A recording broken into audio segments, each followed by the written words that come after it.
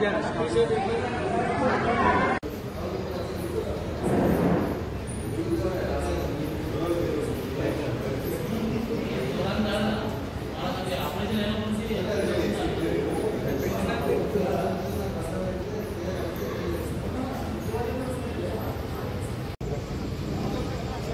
చేతలేనటువంటి వాళ్ళు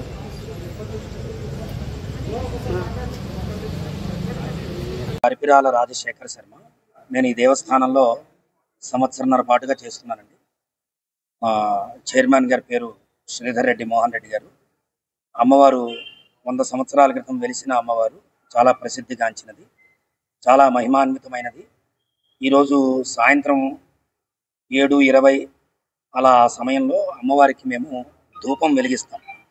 8 గంటల 15 నిమిషాలకి అమ్మవారికి హారతి ఇవ్వడానికి ధూపం వెలిగిస్తాం. దానికి ముందు ధూపం వేస్తాం అనమాట.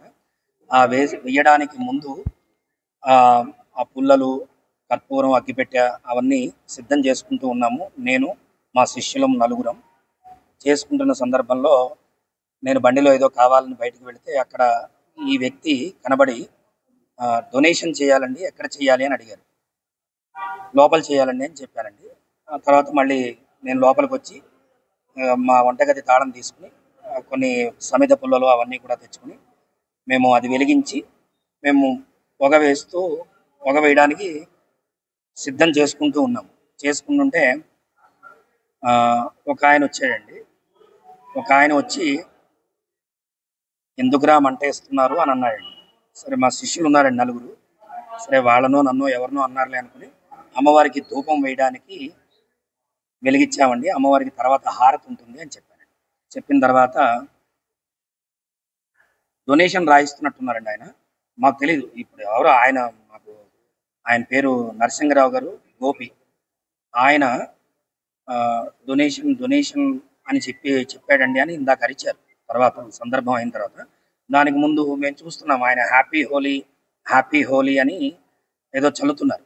సరే, వాళ్ళు సరదాగా చల్లుకుంటున్నారులే అని మేము నలుగురం అక్కడే ఉన్నాం, మేము చూస్తున్నాం. అయిన తర్వాత సడన్గా లేచి మంట అంటుంటే అప్పుడు ఇంకా నేను లేచి ఆయన్ని బయటికి తీసుకెళ్ళి చెంబుతోటి, బిన్నెతోటి నీళ్లు ఆయన మీద పోసానండి. ఆయన చాలా మంచి వ్యక్తి, నరసింహరావు గారు చాలా మంచి వ్యక్తి. ఈరోజు జరిగిన సంఘటన ఇది 7:35 అలా జరిగింది. పారిపోవడం చూడలేదండి నేను. ఈయన లేచి మంట అంటూ ఉంటే అప్పుడు నేను వెంటనే ఆ పర్సన్ ఎవరా అని డౌట్ వస్తుంది కదండి. అప్పుడు వెళ్ళి నేను చూస్తే పర్సన్ లేరు. సరే, ఈ లోపల ఈయన మంట అంటున్నారు కదా, టక్మని ఈయన్ని చూస్తాం కదా, ఈయన్ని తీసుకుని వెళ్ళి చక్కగా నీళ్లు పోసి అది చేయడానికి ప్రయత్నం చేస్తాం.